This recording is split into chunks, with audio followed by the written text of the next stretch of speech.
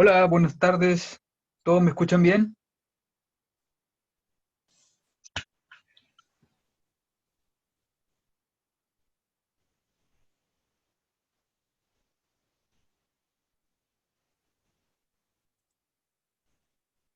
Hola, buenas tardes. ¿Me escuchan? Hola, profe, Hola, sí. profe. Hola, profe. Hola, hola. Sí, Perfecto. Hola, profe. Hola, hola, hola.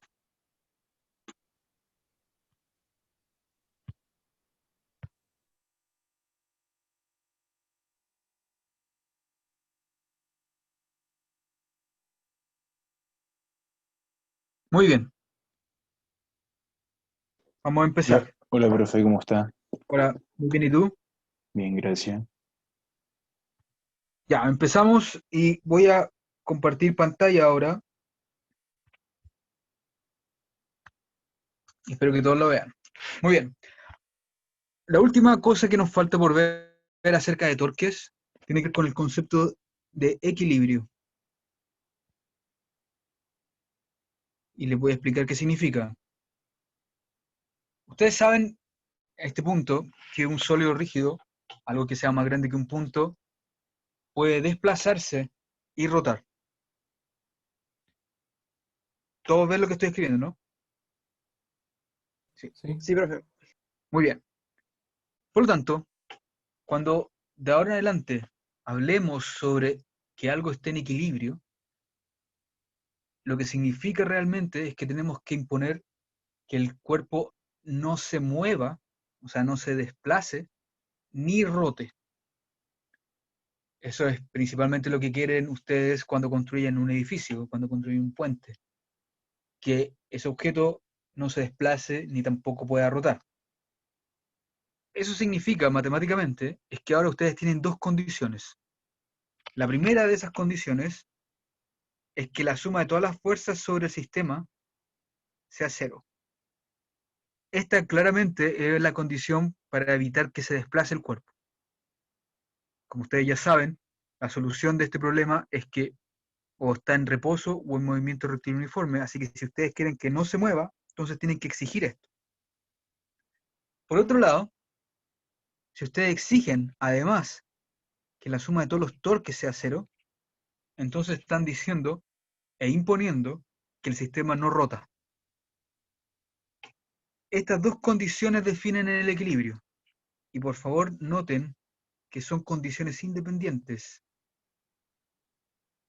Eso quiere decir que ustedes tienen que imponer ambas condiciones en un problema.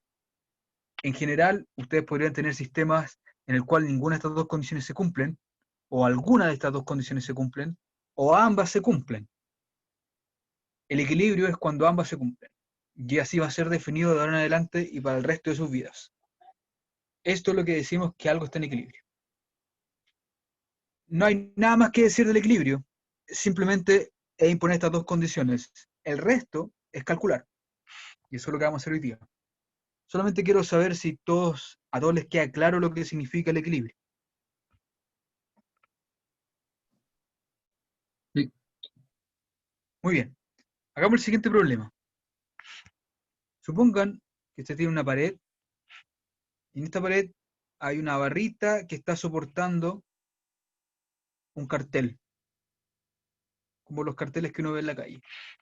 Y sobre esta barrita hay un cable que está siendo amarrado a la pared, ahí, que está soportando la barrita. Claramente esta barrita que soporta el cartel y la cuerda con tensión que soporta la barrita forman un sistema en equilibrio. No se cae ni rota. La pregunta es, si la barra tiene masa M y el cartel tiene masa M mayúscula, ¿qué ángulo tengo que poner aquí para que el sistema esté en equilibrio?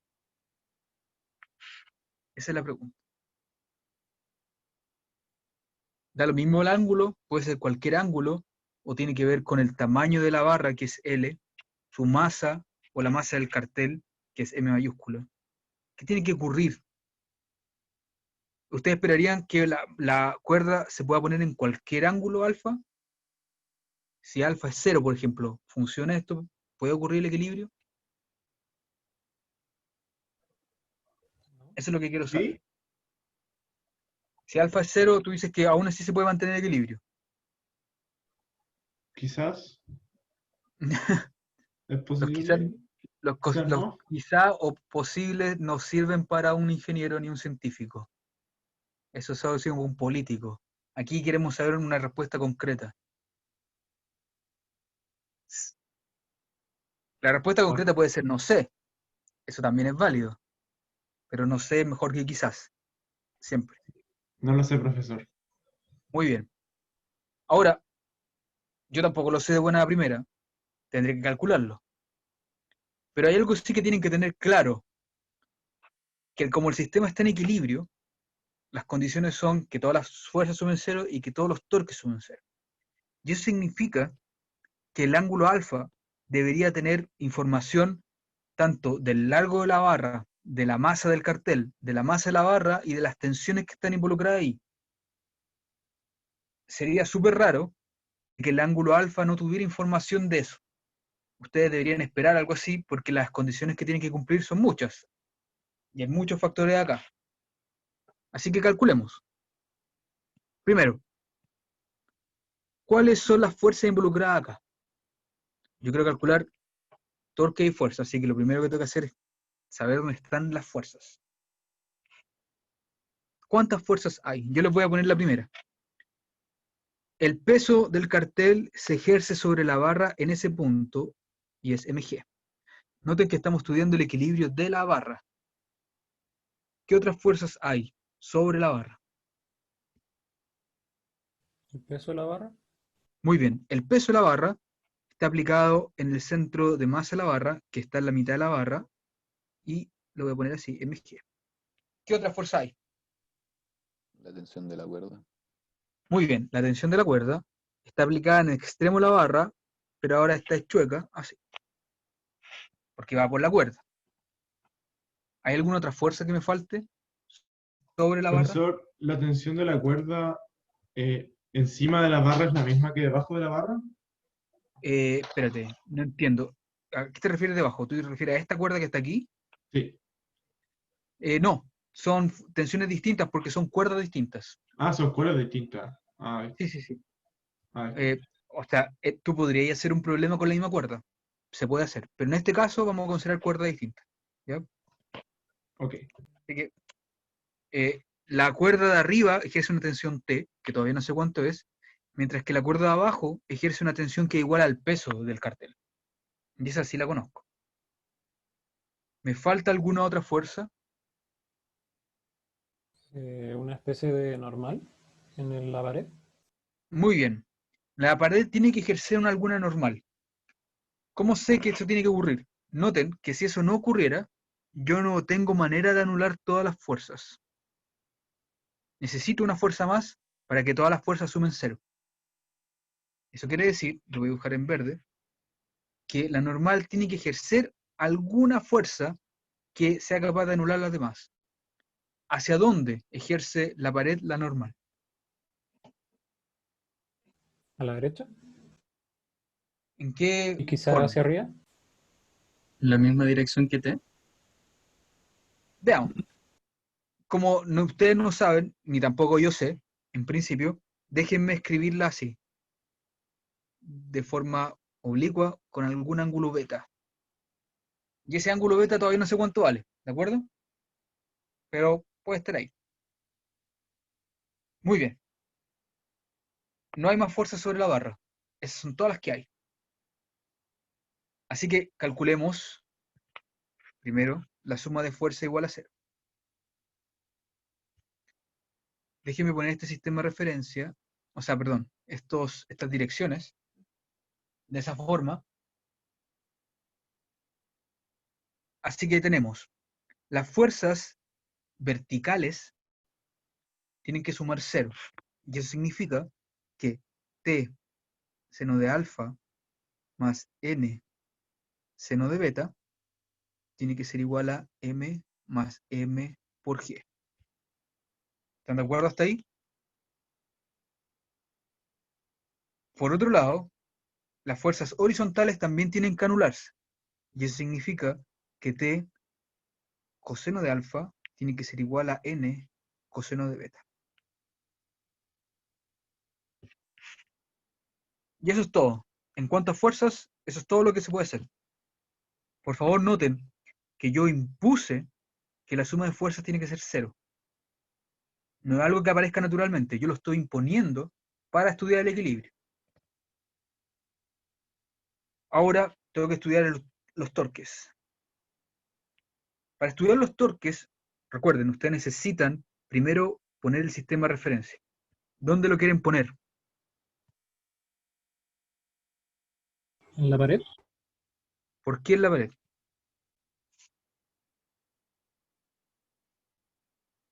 Porque quiero. Ya, sí, esa respuesta está perfecta. Pero, ¿tiene alguna otra Yo creo que es intención? más fácil ponerlo en el extremo de la barra porque es donde hay más fuerzas. Ya, tenemos dos opciones. Ambas opciones son muy buenas. Déjenme decirles cómo yo lo elegiría. Pero insisto, mi elección es igual de buena que la de ustedes. Yo lo elegiría aquí, donde estoy dibujando el punto rojo, en la pared. ¿Por qué? Por dos razones. La primera es porque como yo no conozco beta, entonces no me conviene tener una ecuación nueva que tenga un beta. Si yo pongo el sistema de referencia aquí, el torque asociado a la normal es automáticamente cero. Y me despreocupo de beta. Otra razón por la cual también es bueno ponerlo aquí es porque noten que si la cuerda desaparece, o sea, si la tensión se hace cero, la barra va a rotar en torno a este punto. Por lo tanto, poner el sistema de referencia ahí es donde la barra debería rotar, pero mi condición de equilibrio está impidiendo esa rotación. Son simplemente argumentos que uno se puede dar para elegir algún sistema de referencia, pero insisto, cualquier sistema de referencia es totalmente equivalente. Pero si nos quedamos con eso, entonces tengo tres torques que calcular. El primer torque, el de la masita, o sea, el peso de la propia barra, noten que viene dado por esto. Está en una posición que es igual a L medio si tongo, producto cruz, con menos mg k tongo. Perdón, mg j tongo. Más el otro torque, el del peso del cartel, que es L y tongo, cruz, menos mg j tongo. Más el último torque, que es el de la tensión, que también está en L y tongo, pero la posición, perdón, pero la fuerza tiene esta forma, menos t coseno de alfa y tongo, más t seno de alfa j tongo. Y esto yo voy a decir que suma cero. Lo voy a imponer para forzar el equilibrio. Desarrollo los productos cruz. El primer producto cruz es menos L medios mg k tongo. El segundo producto cruz es menos L mg k tongo. Y el tercer producto cruz es más LT seno de alfa k tongo. Y esto es igual a cero. Y por lo tanto, la ecuación se puede escribir como L por T seno de alfa es igual a L medios M más L mg por G. Y esa es la ecuación final que queda. Así que tengo las dos primeras ecuaciones que aparecen de que la suma de fuerzas sea cero, y la tercera ecuación que aparece de imponer que la suma de torque sea cero. Y ahora es simplemente álgebra para encontrar cuánto vale alfa. La parte complicada del problema, por favor noten, es esta, encontrar esa ecuación y esta ecuación. Lo que sigue ahora es pura álgebra y por lo tanto la parte fácil. Resolvamos. Déjenme despejar la normal de la primera ecuación. La normal va a ser t coseno de alfa partido en coseno de beta. Y ahora voy a usar eso en la primera ecuación para tener solo una ecuación para tensión. T por seno de alfa más t por coseno de alfa por coseno de beta por seno de beta tiene que ser igual a m más M por G. Todos me siguen hasta acá, ¿no? Déjenme, Sí, profe. déjenme multiplicar esta ecuación por coseno de beta. Esto me queda T por seno de alfa por coseno de beta más coseno de alfa por seno de beta es igual a M más MG coseno de beta. Noten que lo que está entre paréntesis es simplemente el seno de la suma de los ángulos. Así que esto me queda simplemente así. De donde se puede despejar la tensión. Ahora, si ustedes quieren, esto lo pueden escribir como T es igual a M más MG coseno de beta partido en seno de alfa más beta. Muy bien. Ahora noten que yo puedo tomar ese T y meterlo en la tercera ecuación. Y la tercera ecuación, primero noten que el L se simplifica y queda simplemente así. M más M por G por coseno de beta por seno de alfa partido en seno de alfa más beta es igual a M medios más M por G.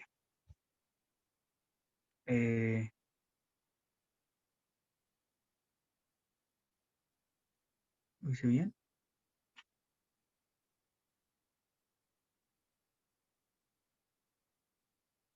Estoy chequeando si hice todo correctamente. Deme un momentito.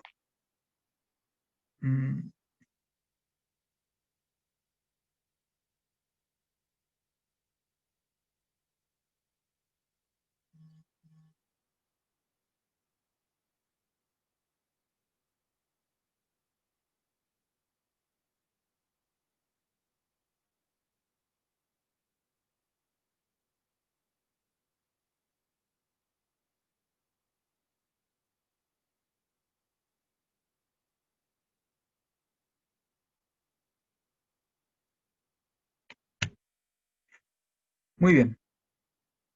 Creo que hice todo correctamente. ¿Ustedes no encuentran ningún error?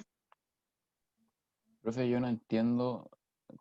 cuando hace la sumatoria de torque igual a cero, la ¿Ya? primera es igual a la segunda, solamente que al principio es L medio y después L. Pero también las masas cambian.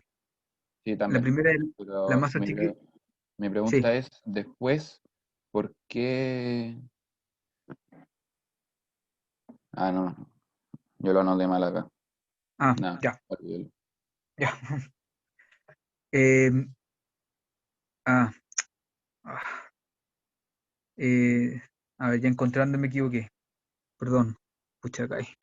A ver, me equivoqué acá al principio. Lo voy a borrar.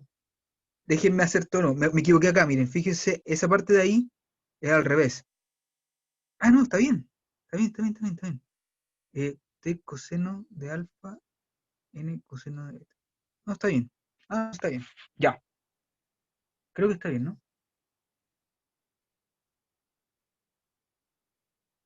Muy bien.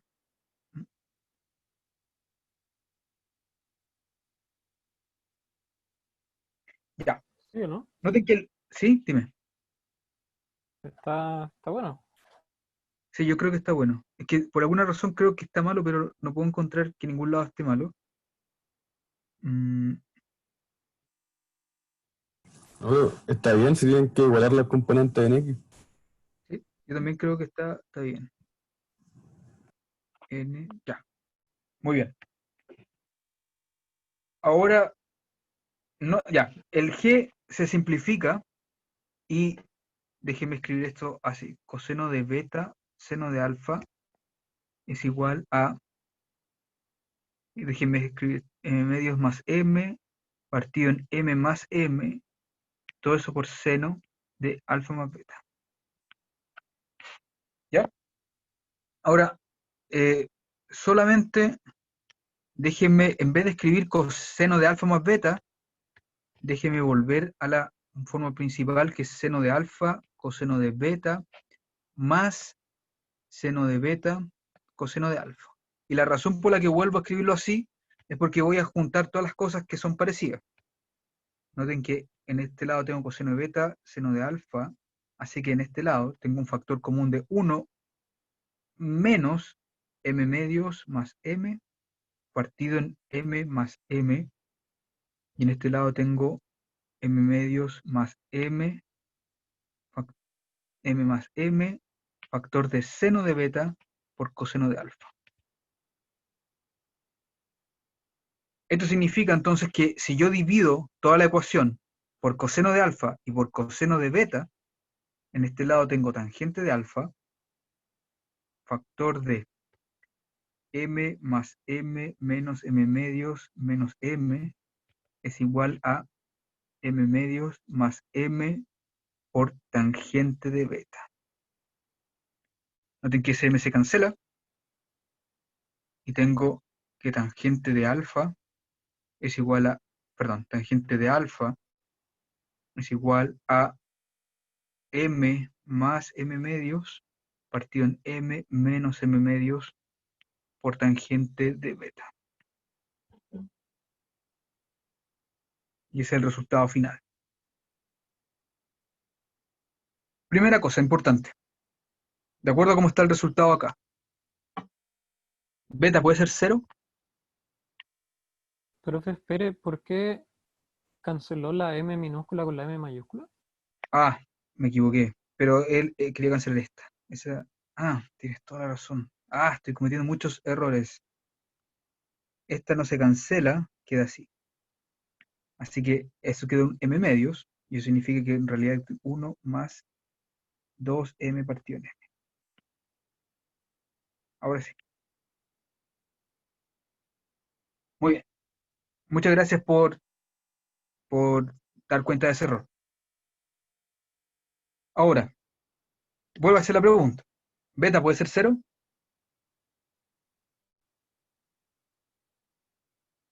Tangente de 0, ¿cuánto vale? 0. 0. Pero, Entonces, ¿cuánto vale? Eso significa que el lado de acá, el lado derecho, sería 0. La solución para alfa sería 0, lo cual no puede ocurrir. El punto importante de esto es que se den cuenta que beta no puede ser 0. Y significa que la normal va de forma chueca ahí. Si queremos encontrar cuánto vale alfa, la mejor manera es resolver para beta en esta ecuación y volver a meterle la ecuación de fuerza de arriba, y eso nos va a dar la solución para alfa. Por ejemplo, usando la primera ecuación. No lo voy a hacer, pero esa es la manera de hacerlo.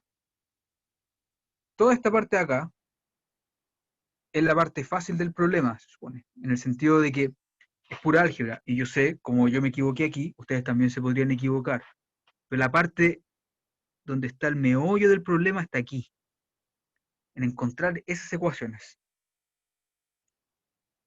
Déjenme hacer otro problema para mostrarles la razón fundamental que hay detrás de las ecuaciones de equilibrio. Y para mostrarles que todos los problemas de equilibrio en realidad son todos iguales. Consideren que ese sea el piso y esa sea la pared de algo. La pregunta que les quiero hacer es ¿cómo funciona una escalera? Y la escalera a la que me refiero son estas escaleras que son así. Las escaleras que uno usa en construcción. ¿Cómo funciona una escalera? Escala. ¿Qué quiere decir escala? Tú puedes escalar por una pared. No, le digo que eso no es una escalera, es una escala. Muy bien, muchas gracias. Yo siempre había estado buscando la palabra correcta. ¿Cómo funciona la escala? La escala se puede mover, se puede llevar. ¿Cómo? La escalera es fija. Muy bien. Sí, es que te juro que no sabía cómo se llamaba. La escala, que está aquí dibujada, quiero saber cómo funciona. ¿Cuáles son las condiciones necesarias para que una escala funcione adecuadamente? Que está en Apoya en el equilibrio. piso y en la pared. Muy bien. La voy a dibujar aquí y la voy a dibujar de una vista lateral, ¿de acuerdo? Para que sea fácil. Se apoya en el piso y la pared. Y como dijeron ahí, lo que ustedes necesitan de una escala es que esta esté en equilibrio. Eso es clave, porque si no está en equilibrio, no funciona. ¿Sí? Noten que eso significa que una escala, si no está en equilibrio, se cae y usualmente se caen así, empiezan a rotar hasta que llegan al suelo de esa forma. Y eso es lo que ustedes no quieren que pase. Así que ahora ustedes ya saben que lo que realmente están pidiéndole a la escala es que esté en equilibrio, o sea que las fuerzas totales sobre la escala sumen 0 y que los torques totales sobre la escala sumen 0. Supongan además que en esta escala hay una persona parada acá, porque para eso sirve la escala. Muy bien. Si esta escala tiene un tamaño que llamamos L, y la persona está parada a una distancia D, y esa distancia D puede ser entre 0 y L, en general, ¿qué tiene que ocurrir para que esta escala esté en equilibrio? En otras palabras, ¿cuáles son las fuerzas que hay y cómo se juntan entre ellas para que se cumplan todas las condiciones de equilibrio? Tiene que haber roce. ¿Dónde? En el piso, pero no sé si en la pared. Déjenme anotar primero las fuerzas fáciles, que son siempre el peso. El peso de la persona sobre la escala está aquí. Voy a ponerlo mg, minúscula. También, el propio peso de la escala juega un papel. Podría estar ahí. De hecho, está en la mitad de la escala, obviamente, en el centro de masa de la escala. Esa distancia aquí es L medios. ¿Qué otras fuerzas hay? ¿Qué otras fuerzas fáciles La hay? normal. Muy bien, hay una normal que está aquí, que es la que ejerce el piso sobre la escala. ¿Qué otra más? En la pared. Está la normal de la pared, que va en esa dirección, y es la normal que ejerce la pared sobre la escala y la voy a llamar P. Me falta una fuerza de roce. ¿Por qué yo sé que tiene que haber una fuerza de roce? Noten que si yo me fijo en las fuerzas que acabo de dibujar, estas fuerzas no hay manera de que se cancelen entre sí. De hecho, no hay ninguna fuerza que cancele a la pared, a la fuerza de la pared P. Y eso significa automáticamente que la fuerza que cancela para mantener el equilibrio de la escala a la normal de la pared es el roce. Y es el roce que aparece en el piso. Tiene que ir en esa dirección para que cancele la fuerza P. ¿Y qué tipo de roce tiene que ser? Estático. ¿Por qué tiene que ser estático y no de otro? Porque Porque se tiene que quedar quieto. Y si se empieza a mover Perfecto, ya no nos sirve. exactamente. Recuerden, hay dos tipos de roce. Si ustedes quieren que algo se mantenga quieto, entonces el que importa ahí es el estático. Muy bien. No hay más fuerzas que se me podrían ocurrir, así que tenemos todas las que están ahí. Esas fuerzas tienen que combinarse para tener la escala en equilibrio, considerando una persona arriba de la escala. No hay roce, ¿cierto, profesor? Sí, pues el roce que está acá en azul, roce Ah, estático. ya. Ok. Si ustedes quisieran, podrían poner roce en la pared, pero lo vamos a despreciar por ahora. El roce el roce de la escala con la pared es muchísimo menor que el roce de la escala con el piso. Muy bien. Hagamos las fuerzas, la suma de fuerzas e impongamos que suman 0. Déjenme poner estas direcciones. En el eje vertical, todos deben estar de acuerdo conmigo, que lo único que importa es que el normal aguante el peso total, que se representa en esa ecuación de ahí. En el eje horizontal, tengo que la normal de la pared tiene que ser igual a la fuerza de roce estática. Y eso es todo. ¿Sí? No hay más. Y ahora viene una pregunta importante de física 1. ¿Cuál es el valor de la fuerza de roce estática?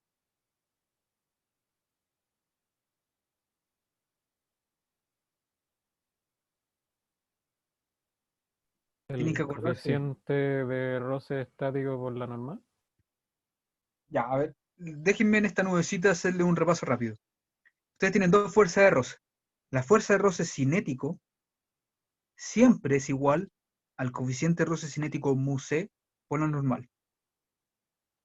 Sin embargo, la fuerza de roce estático, ustedes no saben qué valor tiene.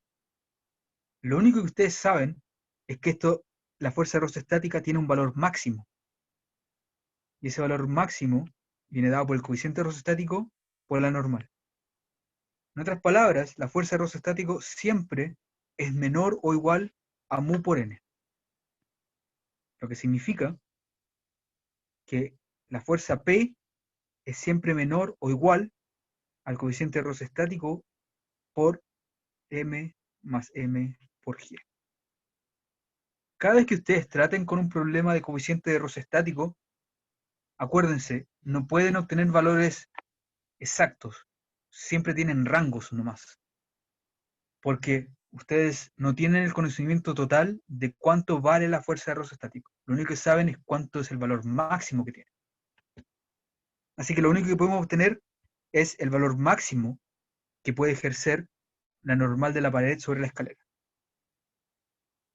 Eso es todo lo que se puede deducir de la suma de fuerzas. Ahora hagamos la suma de torques. Vamos a hacer en otro color. ¿Cuántos torques hay en general? Ustedes deberían darse cuenta que como hay 5 fuerzas, uno debería esperar 5 torques. Sin embargo, el torque, recuerden, depende del sistema de referencia. Así que, ¿dónde pondrían un sistema de referencia ustedes? Acá.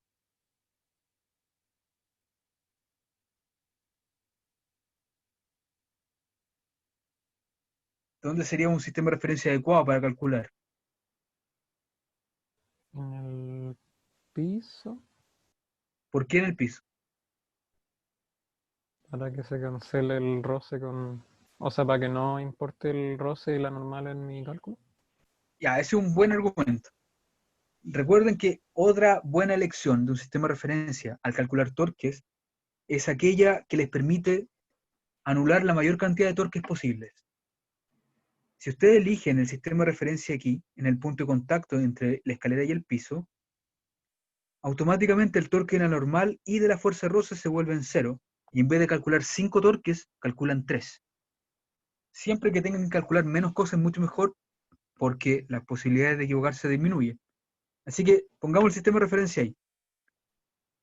Entonces, ahora, hagamos lo siguiente. Calculemos los 3 torques. El primer torque es el del peso de la escalera. La posición donde se aplica ese peso viene dado por más L medios, aquí hay un ángulo teta, coseno de teta y tongo, más L medios, seno de teta, j tongo. Cruz menos mg j tongo. ¿Están de acuerdo que ese es el primer torque, escrito de forma extensiva? El segundo torque, que se suma, va a ser la posición donde se aplica el peso de la persona, que en este caso es d coseno de teta y tongo, más d seno de teta j tongo, cruz menos mg j tongo. Más el último torque, que es el de la normal de la pared, que está en una posición L, coseno de teta y tongo, más L seno de teta j tongo, cruz menos p y tongo. Y yo voy a imponer que todo esto tiene que sumar 0, para que esté en equilibrio. Déjenme desarrollar cada uno de los torques. El primer torque, noten que es menos L medios coseno de teta mg en k tongo. El segundo torque es menos d mg coseno de teta y tongo, perdón, k tongo.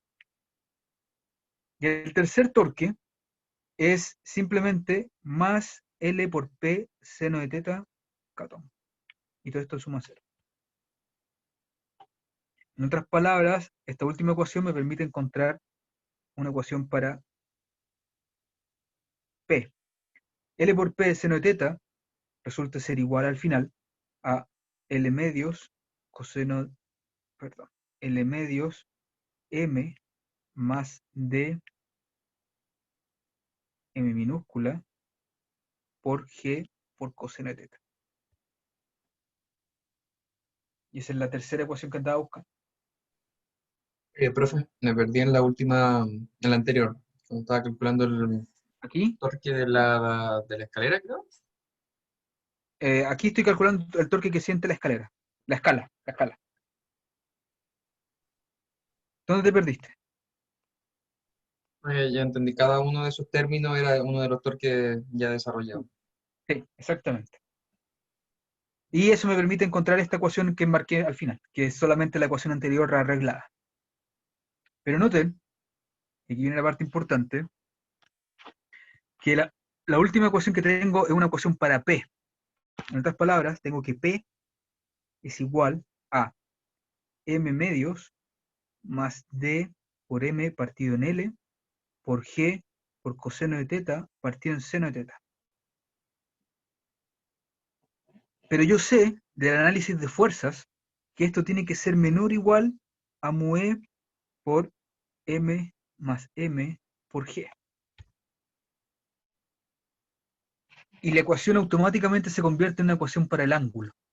En otras palabras, lo que importa al poner una escalera es el ángulo que hace con el piso.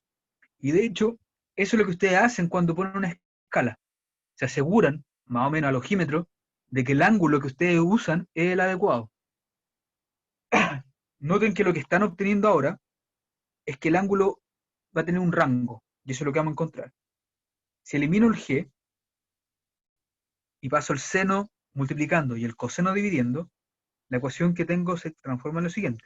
1 partido en mu E por M medios más D por M partido en L, todo eso partido en M más M,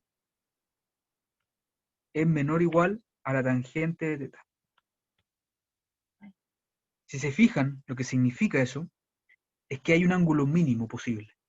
De todos los ángulos que ustedes pueden elegir para poner la escalera, hay uno que es el mínimo. Ese ángulo mínimo, teta mínimo, es igual al arco tangente de 1 partido en mu E por factor de M medios más D M partido en L partido en M más M. Y noten que depende de muchas cosas. Primero depende del coeficiente de roce, como ustedes deberían esperar. No da lo mismo donde ustedes pongan la escalera. De hecho, si el coeficiente de roce disminuye, entonces el ángulo mínimo aumenta, lo que significa que mientras más resbaloso sea la superficie, más parada tienen que poner la escalera para que funcione. Profe, Sí. me perdí cuando escribió la desigualdad, la primera, al principio. Acá, Lo verde. Sí. ¿Por qué la mira, desigualdad? porque usé esto. Ah, ya, perfecto. Tiene que ser una desigualdad simplemente porque es un problema con fuerza de roce estática. No sé, entiendo por qué con desigualdad, pero no sabía de dónde la había sacado. De ahí. Porque despejé P, fíjate. Entonces, como sabía cuánto el rango de P, usé la desigualdad anterior. Muy bien. Ahora, fíjense lo que pasa con el coeficiente de roce. Si ustedes aumentan la fuerza, el coeficiente de roce, entonces disminuye el ángulo mínimo. O sea que pueden poner la escalera un poco más horizontal, si prefieren, con un ángulo más cercano al cero. Por eso las escaleras, sobre todo las escalas muy grandes de construcción, en la base tienen superficies rugosas para aumentar el roce y por lo tanto tener un ángulo mínimo que no esté aproximado a pi medios, sino que puedan ponerlo un poco más ladeado, sin que rote. Noten además que depende de la masa de la escalera. Y noten además que también depende de la masa de la persona que suba y de dónde esté. Y eso significa que el ángulo mínimo depende, va cambiando a medida que la gente va subiendo la escalera. Depende de D. Si ustedes quieren asegurarse de que nunca se van a caer de la escalera, o sea, en otras palabras, de que ustedes son capaces de llegar hasta arriba de la escalera, entonces, tienen que encontrar el ángulo mínimo cuando D igual a L. Y en ese caso, se aseguran perfectamente de que pueden subir toda la escalera sin que la escalera se caiga, para un coeficiente roce dado, para una masa en la escalera dada, y para la masa de ustedes dada. Y el resultado queda así. El resultado es tal cual está escrito aquí, y la única cosa interesante que pueden parecer sorprendente en principio, es que el equilibrio de la escala depende, como ya les dije, de la masa de la escala, de la masa de ustedes, y del coeficiente roce del piso. Distintas escalas con distinta masa tienen distintos ángulos mínimos, y por lo tanto tienen distintos equilibrios. Pero en términos del problema, la parte complicada es esta y esta. Es encontrar las ecuaciones que establecen el equilibrio. Resolver las ecuaciones que establecen el equilibrio es un cálculo de álgebra. Pero si no, entonces, si ustedes no encuentran estas dos ecuaciones, entonces no pueden hacer nada. Entonces la parte difícil está aquí. ¿Alguna pregunta hasta acá?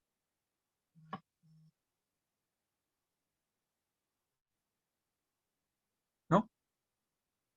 Muy bien. Noten, solamente para que lo tengan en cuenta, es que el procedimiento es igual al cálculo del problema anterior. Y todos los problemas de equilibrio tienen el mismo procedimiento. Sobre todo el que vamos a hacer ahora. Consideren lo siguiente, consideren una rueda que va a subir un escalón. Y este escalón tiene una altura h. Y la rueda tiene radio r.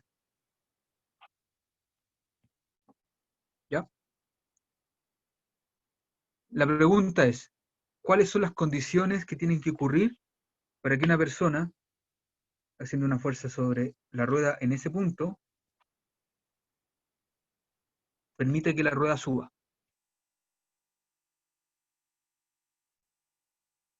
Piénselo al revés. ¿Se han dado cuenta que las ruedas de los carritos de supermercado no son capaces de subir cunetas? El punto importante de eso es que es independiente de la fuerza con que ustedes tiren el carro. ¿Se han dado cuenta de eso, no? ¿De qué, profesor? Que las ruedas de los carritos de los supermercados no suben cunetas. Yo creo que porque la altura de la cuneta es muy superior al radio de la rueda.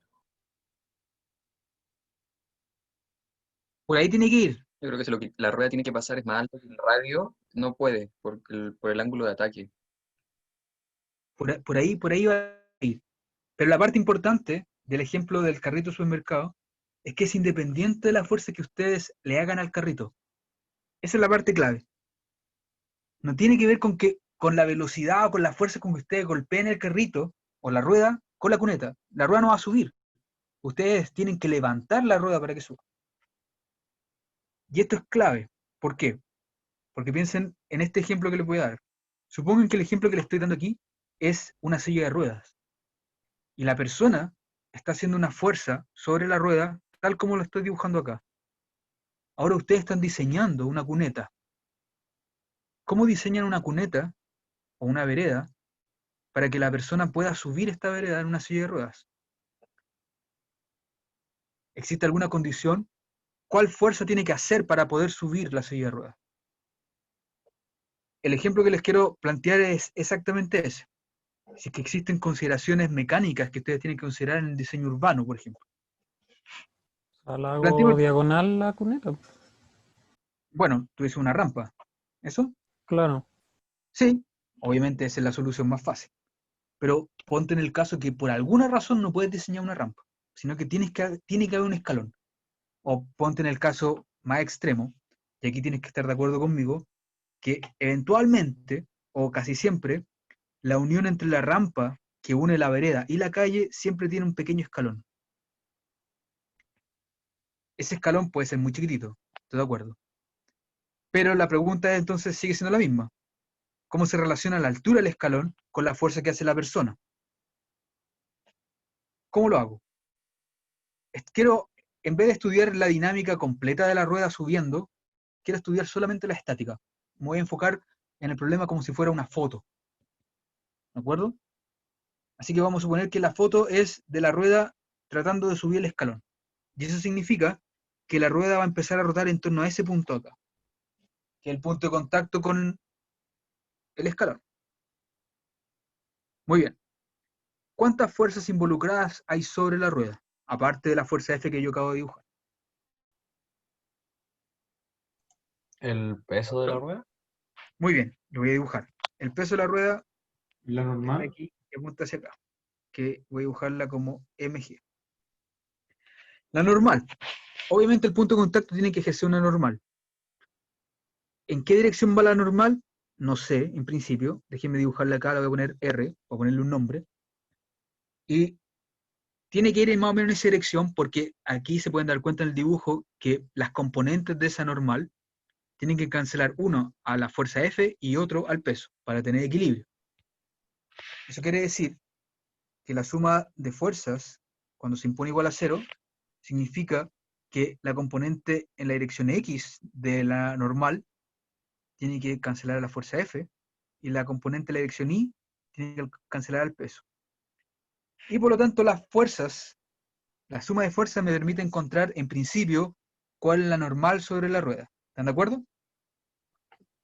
Profe, ¿y en el piso no iría lo normal?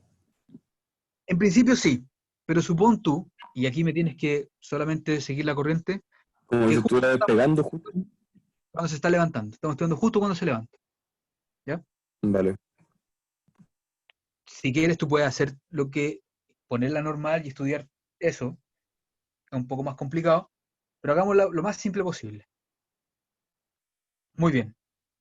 Ahora, como la rueda está rotando en torno a ese punto naranja que dibujé, todos se dan cuenta que el problema entonces es de torques. En principio hay tres torques, porque hay tres fuerzas. Pero ¿dónde les conviene a ustedes poner el sistema de referencia?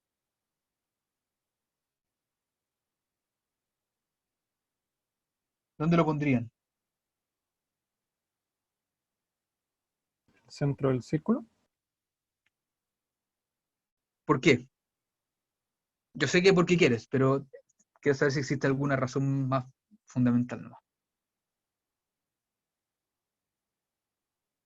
Para que no importe el peso. Bueno, Yo lo pondría en el puntito naranjo, ¿por qué? porque ahí las componentes pueden cancelar más torques, creo. En realidad va a cancelar un torque, que es el de la normal R. Pero yo la pondría en el El puntito punto naranja. naranjo es mejor porque hay un ángulo ahí. Pues, por ahí va, por ahí va. Pero piensen en lo siguiente. Y la pregunta es cuál es la fuerza F. Esa es la pregunta original. ¿Sí? El peso de la rueda ustedes lo conocen, está dado. Por lo tanto, la otra cosa que no conocen es R. Por lo tanto, lo mejor es anular las cosas que no conocen. Y eso significa poner el sistema de referencia en el punto de contacto de forma que el torque de la normal no aparezca en el cálculo. E inmediatamente ustedes se dan cuenta que la suma de torque igual a 0 les va a imponer una condición a la fuerza F que les va a permitir resolver la fuerza F. Así que ese punto es mejor, simplemente es mejor en términos de cálculos, nada más. Muy bien, así que déjenme poner el sistema de referencia ahí. Déjenme poner estas direcciones, y tongo y jototongo. La primera pregunta para hacer el cálculo de esto es, ¿dónde está aplicado el peso? O sea, ¿cuál es la posición del peso? Perdón, no es 0. ¿Cuál es? Esa es la pregunta. Déjenme dibujar en el dibujo lo que quiero saber. Esa es la posición del peso.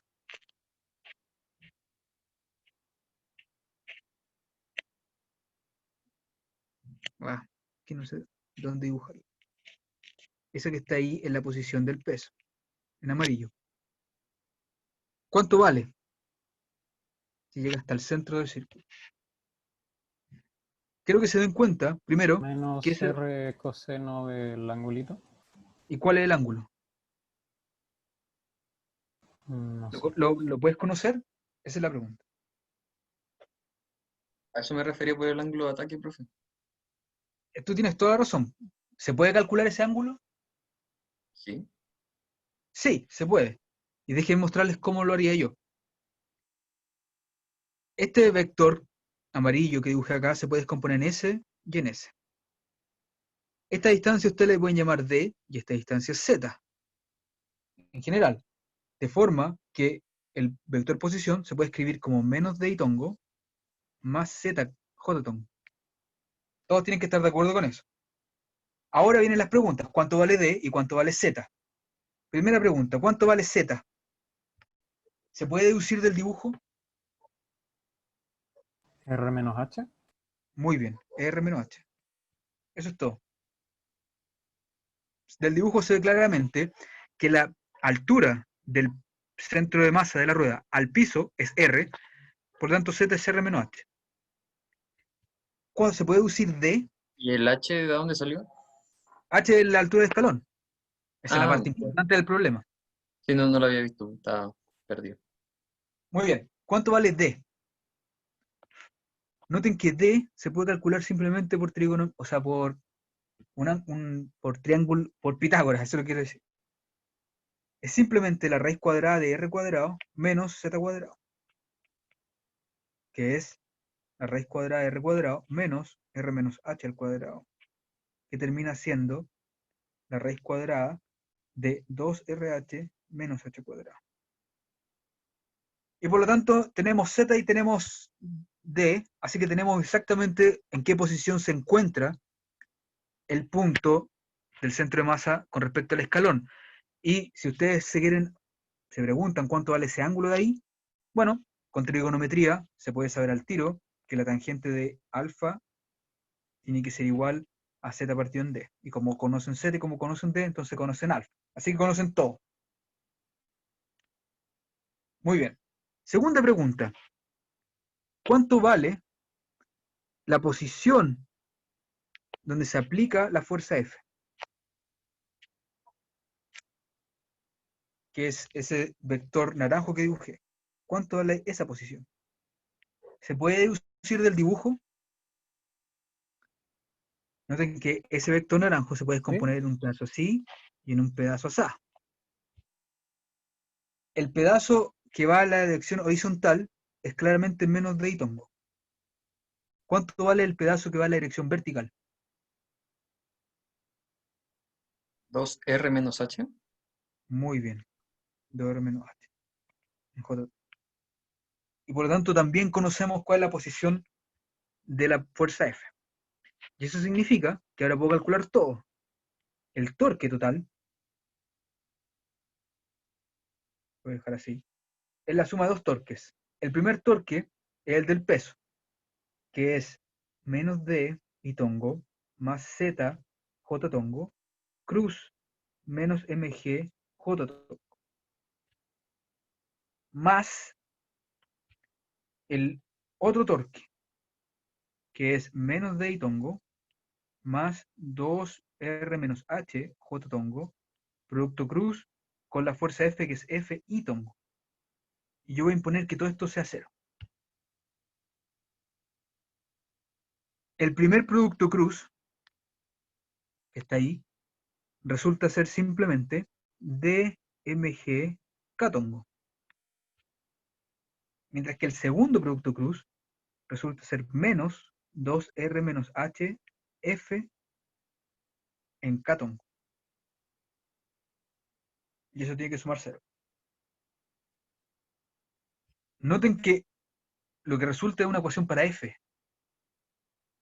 F, por lo tanto, es mg. Profe, no entendí cómo está haciendo esas sumas. ¿Cuáles sumas? Lo que empezó a hacer en blanco.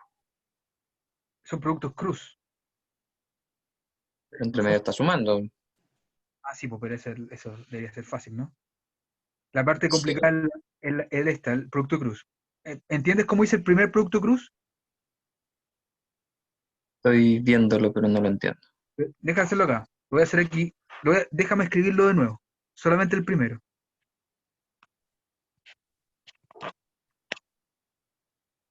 Eso. Nota que el producto cruz opera igual que una multiplicación. Eso quiere decir que es S con S y S con S. ¿Pero qué Y lo está voy- multiplicando? No, no estoy, es el producto cruz, no estoy multiplicando nada. Bueno, ¿con qué está haciendo el producto cruz con esas dos cosas? ¿Qué son esas dos cosas? R cruz F. Mira, fíjate que el primer término que está aquí es la posición RMG, cruz el peso.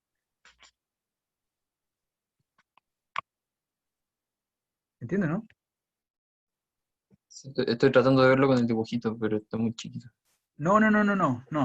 Espera. El dibujo me sirvió solamente para calcular las posiciones que están aquí. Y esta parte ¿Sí? sí la tienes clara. Sí, eso sí. Ya. Los torques, y lo voy a borrar todo esto, los torques siempre son R cruz F. Por lo tanto, aquí tiene dos torques que tienen que sumarse. El primer torque es la posición en la que se aplica el peso, producto cruz, con el peso mismo. El peso mismo es menos mg J tongo. Más el torque de la fuerza F, que es la posición donde se aplica la fuerza F, producto cruz, con la fuerza que apunta en esa dirección. ¿Sí? Ujú. Nota que después lo que hice fue reemplazar RMG, que es eso que está aquí entre paréntesis, esto que está aquí, y reemplacé RF, que está aquí. Y ahora lo que hago es operar nomás, operar los productos cruz. La operación es de todos los vectores unitarios. Nota que el primer producto cruz, que está aquí, es menos D y tongo cruz menos MG J tongo. Y ese producto cruz me da DMG K tongo. El segundo producto cruz es ZJ tongo cruz menos MG J tongo. Ese me da 0. Porque son dos vectores que son paralelos.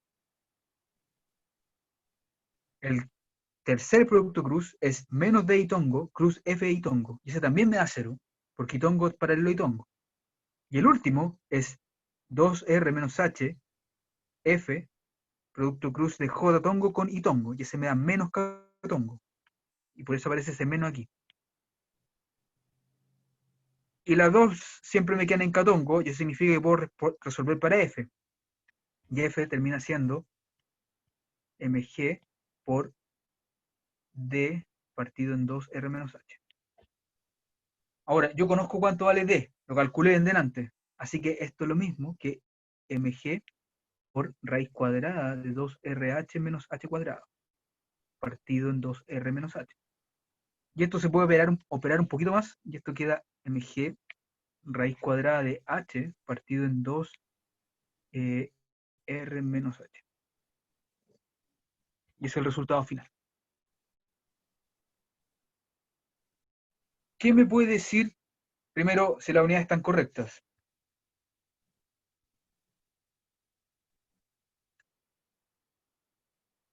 ¿Se puede saber? A mg da fuerza y el h y el radio se simplifican. Sí. Noten que lo que está dentro de la raíz cuadrada no tiene unidades de nada, porque es distancia partido en distancia. Y como mg tiene unidades de fuerza, entonces está bien, tiene las unidades correctas. Ahora, ¿qué me dice el resultado tal como está planteado hoy? ¿Existe alguna posibilidad de que la rueda no pueda subir el escalón? ¿Qué tiene que ocurrir para que no pueda subir el escalón? Nunca. Que h sea mayor que 2r, quizá. Noten, y eso está muy bien, que cuando 2R es menor o igual a H, no se puede subir.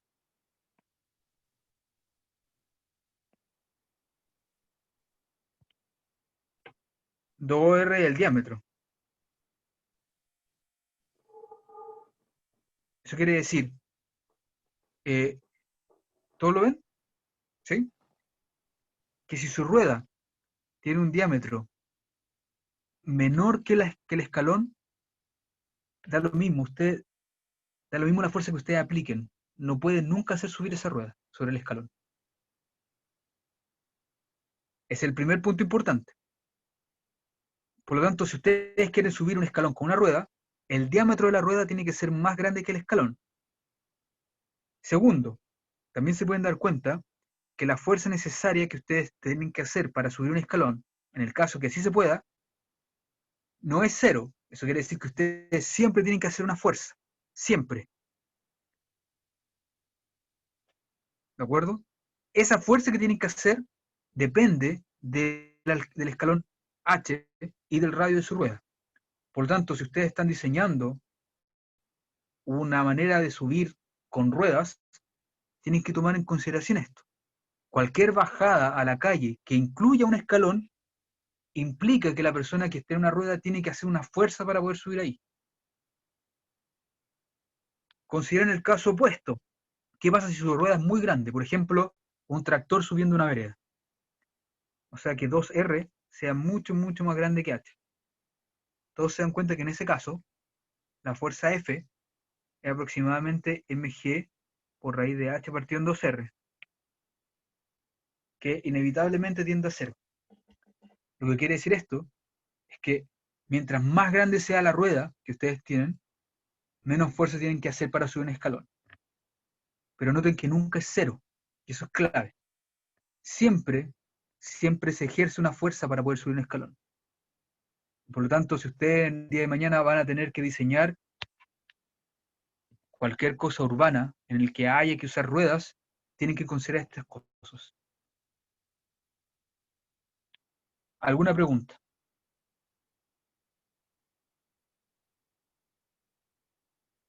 ¿Ninguna?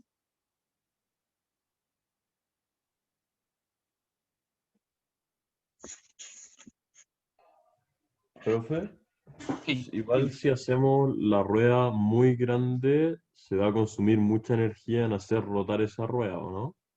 Sí, pues y esa energía sale de la fuerza que tú ejerces. Nota, Claro, como tú dices entonces muy bien, también va a aumentar la fuerza, como que habría que sí, encontrar un punto óptimo entre el radio de la rueda y la fuerza que tengo que aplicar. sí. Como tú notaste muy bien, en este problema no estamos estudiando la rotación de la rueda, porque es un problema de equilibrio. Por eso, la fuerza que obtenemos acá es la fuerza para mantener en equilibrio la rueda en este problema.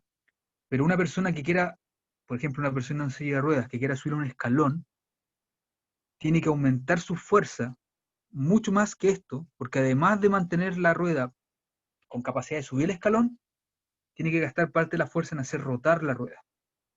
Así que la fuerza, esta es una fuerza mínima, lo puedes pensar así.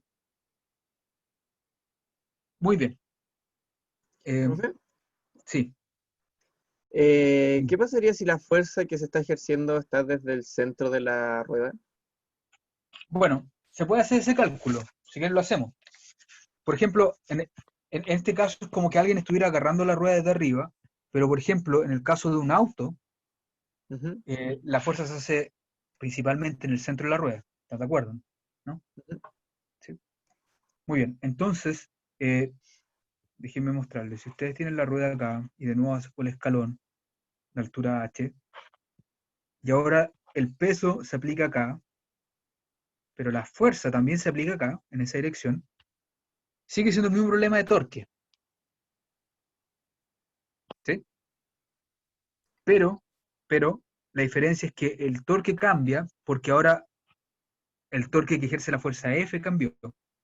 Y de hecho, si ustedes quieren, el torque que ejerce el peso va a ser el mismo. El único torque que va a cambiar va a ser el torque que ejerce la fuerza F.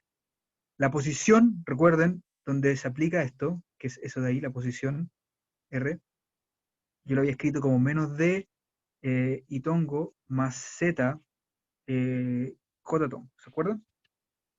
Entonces ahora tenemos que R cruz menos mg J tongo más R cruz F y tongo tiene que ser 0. El primer producto cruz, si ustedes lo realizan, se van a dar cuenta que les da D por mg en K tongo. El segundo producto cruz, si ustedes lo realizan, les va a dar menos Z F K tongo igual 0.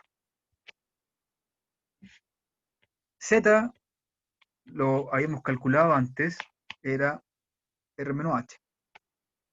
Por lo tanto, ahora la fuerza F es mg por D partido en R menos H, que es mg por la raíz cuadrada de 2RH menos H cuadrado, partido en R menos H. Y queda un problema un poquito, o sea, queda distinto al anterior. Simplemente porque cambiaron dónde aplican la fuerza. Noten, sin embargo, y esto lo se puede escribir, lo voy a escribir de la siguiente forma. Raíz de H, raíz de 2R menos H, partido en R menos H. Noten que la condición de que el diámetro tiene que ser mayor que el escalón se sigue manteniendo. Ahora yo les podría preguntar, ¿qué pasa si la fuerza, en vez de aplicarse en el centro, ahora se aplica acá? Bueno, ya saben cómo hacerlo. Cambia la posición donde se aplica la fuerza, así que cambia ese torque y hay que calcular nomás. Pero la parte importante de todo esto, aparte de que el cálculo en realidad de equilibrio es igual en cualquier caso, la parte importante de esto es que se den cuenta que los escalones ejercen un efecto sobre la rotación de las cosas. Y por lo tanto, para subir un escalón, ustedes tienen que aplicar una fuerza. Y esa fuerza se puede cuantificar. Esa es la parte importante. Ustedes pueden ¿Profe? cuantificar cuál es la fuerza. Sí.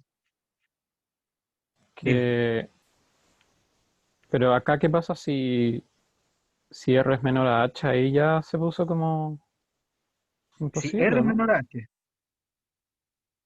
Claro. si R es menor a H, O sea, me refiero a que cambió la fracción, antes era 2R menos H, ahora no, es R menos H. no, pero lo que importa es lo que está dentro de la raíz cuadrada. Lo que tú necesitas es que lo que esté dentro de la raíz cuadrada sea siempre positivo.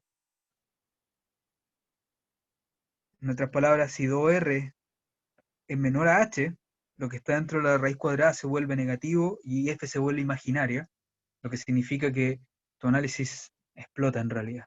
Deja de ser válido. Pero me Así refiero a que, que si R es menor a H, también se vuelve, o sea, no solo imaginario, pero se vuelve negativo abajo.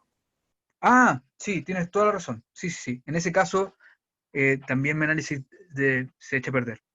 Porque yo necesito que la fuerza apunte en la dirección y tongo para que esto funcione. Sí. Tienes toda la razón. Muy bien. Quedan 4 minutos, así que dejemos la clase hasta aquí hoy día. La próxima clase empezamos con momento angular. Ahí sí que sí. ¿Alguna pregunta hasta acá? Yo, profe, Dime. es que no estoy seguro, pero creo que la clase pasada había dicho que iba a hacer algo como una tarea. Sí, sí. A ver, recuerden, mañana voy a subir una tarea. Esa tarea es un enunciado que ustedes me tienen que subir el desarrollo a un buzón de web cursos que va a estar abierto hasta, yo creo, hasta las 11 de la noche del domingo. Mañana les doy todas las instrucciones de forma exacta. La tarea la va a Ya. subir a webcurso igual. El enunciado sí, va a estar en el web curso. Y ustedes tienen que subir el desarrollo también al buzón, que va a estar en sus páginas de web cursos del curso. ¿Ya? Y lo otro, profe, es que me conecté un poquito tarde del inicio de la clase. No dijo nada de la prueba, no hay ningún temario todavía, ¿verdad? Todavía estamos pasando materia. Gracias por preguntar, tienes toda la razón. A ver, creo que queda una clase más antes de la prueba, ¿no? Más o menos. Todavía no está completamente definido el temario, sin embargo, más o menos entra hasta acá, hasta hoy, ¿ya? La próxima semana les doy un temario exacto de lo que entra, pero lo que quiero decir es que va a entrar hasta equilibrio. Ok. Tenemos que pulir detalles, pero la próxima semana está completamente definido, pero la próxima clase, cuando empiece a pasar materia nueva, esa materia nueva no va a entrar en la prueba. ¿Ya? Muy Ok. bien. Todo ok. Gracias. Además, les cuento solamente, voy a subir una guía de problemas para que ustedes lo hagan. Esos problemas no son con nota, son para ustedes, y tampoco tienen solución. Esa es la gran gracia. Ustedes tienen que demostrarse a ustedes mismos cuál es la solución del problema. Sin embargo, si alguno de ustedes tiene alguna duda, algún problema con alguno de los ejercicios de la guía, es cosa que me pregunten más.